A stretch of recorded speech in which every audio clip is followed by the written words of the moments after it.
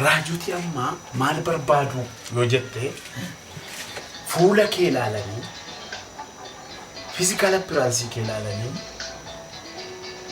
bareedina kee cimina kee yoo baay'ee danda'u dhaqa birrii qaba sooressa bizinesmaaniidha nama kanatti waan gaarii dubbadhe waa nama kanarraa ga'een godha argadha waan jedhu yaadu dana man kun for benefits benefit barbaadu jira kun faayidaadha warra garaati beeku macaafis kelba qonnaa 13 lakkoofsa 19 yoo dubbifatte macaafa qulqulluun warra kana dubbata gala warratti amma sobduu kan maal jedhee dubbata yoo jette ilaalte garbuu kaballaa tokkoof jettanii garbuu kaballaa tokkoo fi buddeen cabduu tokko jettaniitu saba koo balleessi godheen saba koo sobdu jedheen timakuu yoo ta'es sobadha soba yoo ta'es sobadha sobumacha dhugaan garuu qofa isa dhugaa an baay'ee isaanii nan beekaan warra dhugan hirraaju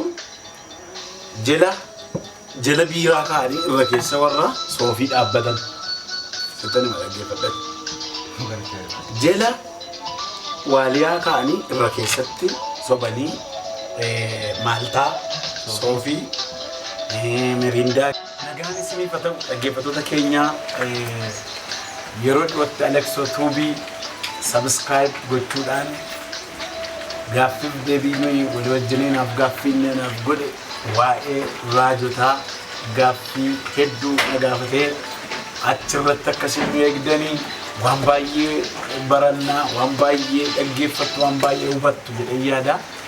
Waaqayyo isin haa eebbisu.